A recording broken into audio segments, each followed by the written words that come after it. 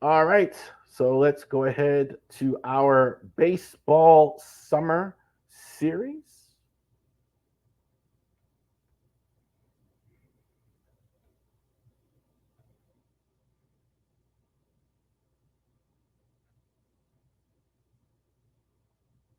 Oh, put me in cold. I'm ready to play the game. Oh. Yes, baseball summer series. If you're looking at that and saying, "Who is that?" You're not alone. That is a brand new franchise that's here in the Maryland area. So the Hagerstown Flying Boxcars. That name is right. I don't think I have ever heard a sports franchise called that. That's unbelievable. Uh, so, all of our baseball summer series, we talked about minor league baseball. We talked about the Orioles organization in large part. We are going to talk about DCL or the Dominican League team a few weeks and a little bit about the Florida Coast League team. We're going to talk about that. But I want to talk about our independents in the area. First of all, this is a city, a town, a small town in Maryland, in Western Maryland. This has a tremendous history of baseball. Those of you maybe didn't know or have heard the Hagerstown Suns. They were in the league for a long time. They were a minor league team for a very, very long time, up until I believe it was 2018, where they went ahead and were no longer the affiliate. Baseball was kind of paring down some of the affiliates, so a lot of teams had to kind of change maneuvers there, and they were kind of one of the ones that were left out in the cold. Some went to an independent league or different league, whatever, were able to do things. Where the Suns were kind of left out in the cold. They were pretty much an old stadium, and so what the people in Hagerstown did with the new ownership group, there's a lot of good young owners for the Boxcars here, and now what they are doing is they have rebooted things with now what we are calling the Hagerstown Flying Boxcars. Okay, so let's talk a little bit about that.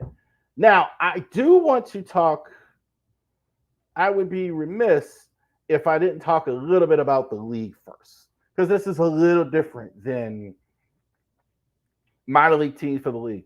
So, of June 2023, the maximum monthly salary for players in the Atlantic League of the Professional Baseball, that's the league that the Boxcars are in, is $3,000. They're an independent baseball league that's considered the top league of independence, one of the good independent leagues, made up of Mid Atlantic and players of 10 teams in the Mid Atlantic and Southeastern United States. More than 40% of these players have played in the major league at some point. League teams offer include former MLB players, former MLB. Many of the players are older, and they're either trying to play affiliated, return affiliated ball, or continue their final years competitively. One of the best baseball movies I saw, even though I know a lot of baseball fans love Field of Dreams, my one of my favorite ones outside of Major League, which was fantastic, is Bull Durham. Right? Bull Durham was, I thought, an excellent movie. Loved it. Absolutely loved it. Kevin Costner playing Crash Davis. Crash Davis was a career minor leaguer, right? He was a guy who was going to break the record with the most record, and not a real record, obviously, right? But he was the record, had more minor league home runs than anybody ever had. That's essentially what we have here in this league. So these guys are not affiliated with any major league team. These are veteran guys in a large part, and these are guys that are Crash Davis, right? These are guys who are essentially playing out of the love of the game. You saw the salary for some of these guys. Look, I am 40 plus years old. Some of these guys are 30 something years old. I'm not way older than a lot of them, obviously. But if you're still playing baseball and you're still making your living, and most of them who will, I mean, never honestly play in the majors, and the fact that these guys are still out there, shout out to them for loving the game of baseball continuing to do what they do. I think that's awesome that a lot of these guys are continuing to love the game and play baseball. So that I think that's awesome. All right. So also, I would be remiss if I didn't mention Meritus Park in this thing, the new stadium. I would be really remiss in not mentioning. All right, now this is where the boxcars, where the sun, not the boxcars, where the Suns were playing, right here. This is the old municipal stadium in Hagerstown.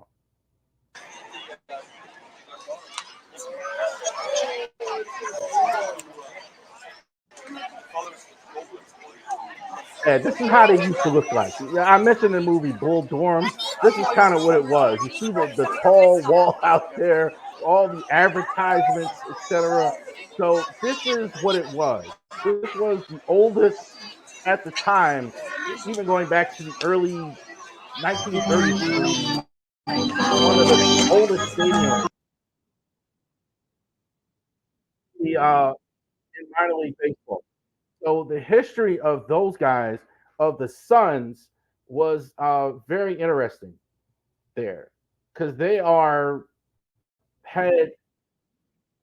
If you look at the Suns, they were an Orioles affiliate. They had a lot of other team affiliates throughout the years. They were affiliate of the Nats, the Blue Jays for years. What? So they had a long history of baseball in Hagerstown. That's where they used to play. A lot of them in that old municipal stadium. Now, not bad, I suppose, for its time, but I would be remiss if I didn't show you guys Meredith Park.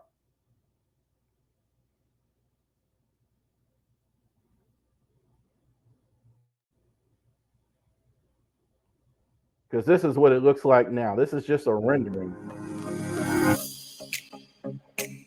I'm telling you, this is a rendering, and but it's guys, it's not far off. I mean, they have skyboxes at the minor league stadium. Those of you who have never been to a minor league stadium, a lot of you Orioles fans, etc., this is not. I mean, I went to a Chiefs game. I have been to Mariners Park, but man, look at this concession, Focus Center, um, novelty shop. They are not huge like a major league stadium. They don't ever forget. You're going to get about 4,000 or 5,000, hold it. But man, oh man, later that stuff, where it was like the oldest stadium in the league and all that. That is what it looks like now for in minor league baseball. Let's talk about the Boxcars. Not a very good team.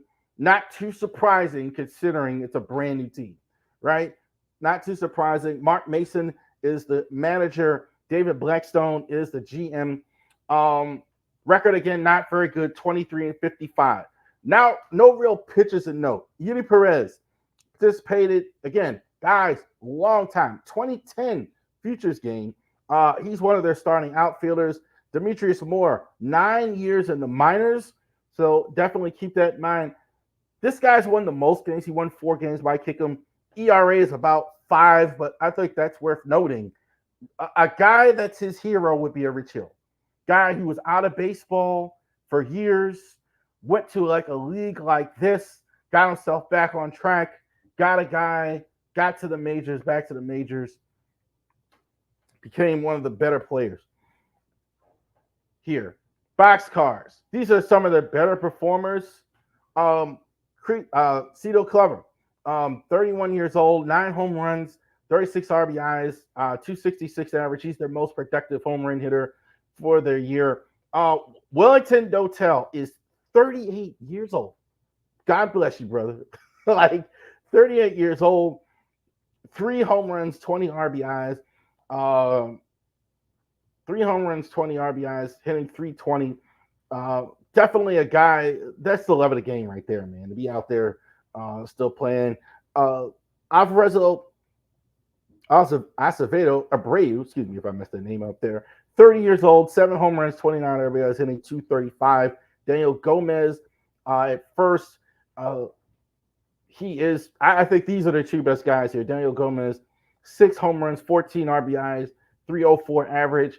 Andrew Mortiz, most recently in the Braves organization, 3 home runs, 8 RBIs. He was even in the Braves organization as early as March, at least like then. So I think the last two are probably two if you're looking at guys who have a shot to barely get back to the majors at some point. I think those are the two. Mortiz, I think to me looks like the best player. He's starting a lot of games for him though, out there in center field. So I think he looks to me like he's their best guy there. Shout out to the Boxcars too as well out there. They are one of the few teams that really answered some of my requests to talk to them. So I really appreciate that. Shout out to social media manager Fit McDonald for actually doing that as well, answering, following up with responses. So definitely next week we're going to talk about the Southern Maryland Blue Crabs.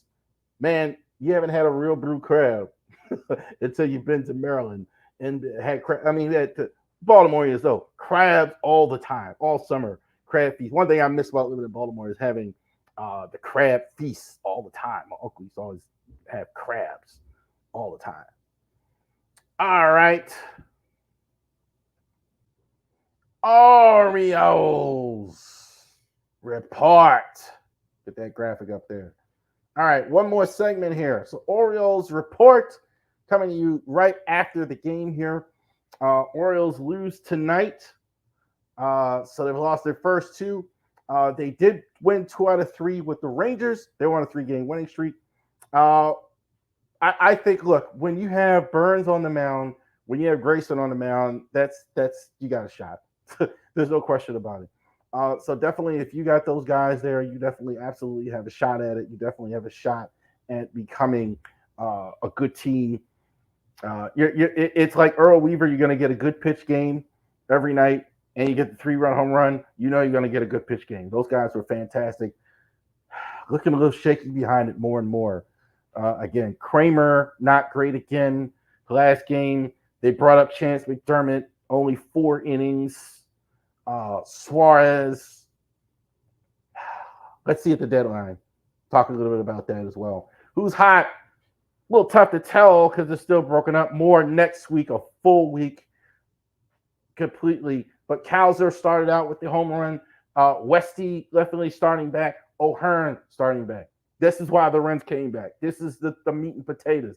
They're not your stars, but Westberg, Kowser, O'Hearn, they keep the bus moving as far as your offense. Mountie, not great, not super worried about it the first couple games, but I definitely put him on the not list. Suarez was terrible in his start, not so good. Kramer, not as good. This is kind of what Kramer is. He's good some days, and then he's not so good in others. So it's too bad. I like to see more consistency because he definitely has the talent to pull that off. Supplemental first round, Griff O'Farrell in agreement with the Orioles. So definitely he is locked in. $2.7 million bonus as well. Didn't see the Honeycutt sign, but I'm pretty sure he's going to sign too. But O'Farrell is in. Y'all going to love Griff O'Farrell if you haven't seen him. I think definitely this was a sleeper. I definitely surprised he went as low as he did. Good job by the Orioles signing this guy. For Sunday's win for the Rangers, Orioles activated outfielder Heston Kjerstad from the 7-day concussion list to make room. They optioned Kyle Stowers. I'm kind of hoping, in a way, Stowers gets traded.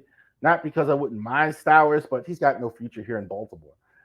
They keep, even when he plays well, they send him down. When they bring him up, they don't play him enough to really establish himself. He's kind of just stuck in the middle there. He's stuck between a good AAA player and not playing at all. So I really, really feel bad for Stowers there, that he's not getting more of a chance to play.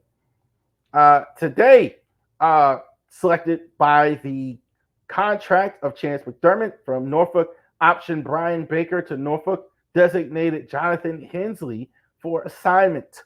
So I I wasn't even sure we still had him. I'm not as up on the Norfolk roster all the time, but I know they sent him down, so I guess they flat went out and released him. Brian Baker they sent down. I'm pretty sure he'll be back as well at some point. And Chance McDermott tonight he gave up. He pitched 4 innings, 3 home runs. I don't know why he's wearing 60. I don't like it when he's a major league pitcher. I mean, unless he wanted to do that, but I don't. I don't particularly like that, those high numbers and 60 and all that other stuff. I don't like when they have that for those guys. Put them in a number, right? Have them wear 30. What's even available? 38 or something like that. I bring them a little closer, like 60. That's crazy. This week, Padres, Manny Machado comes to Baltimore, and he's going to play as well with the Padres. Don't know where to put the Padres, except they have a lot of talent. The Padres are a really good team, and they have a lot of talent, so I definitely see what happens with the San Diego Padres. Toronto Blue Jays as well. This is going to be big for the Blue Jays around the trade deadline. Are they going to throw in the towel? Interested. Are they going to get rid of are they going to get rid of Vlad Guerrero? Are they going to get rid of Bo Bichette? Are they going to trade some of that pitching? Are they going to stick it out and try and get there? They're in last place. This is a tough one, man. I definitely think the Blue Jays are losing faith. They got to be. They got to think, well, maybe these guys aren't the guys to get it over like this. But to start a rebuild and tear it down, interesting. So let's see what the Blue Jays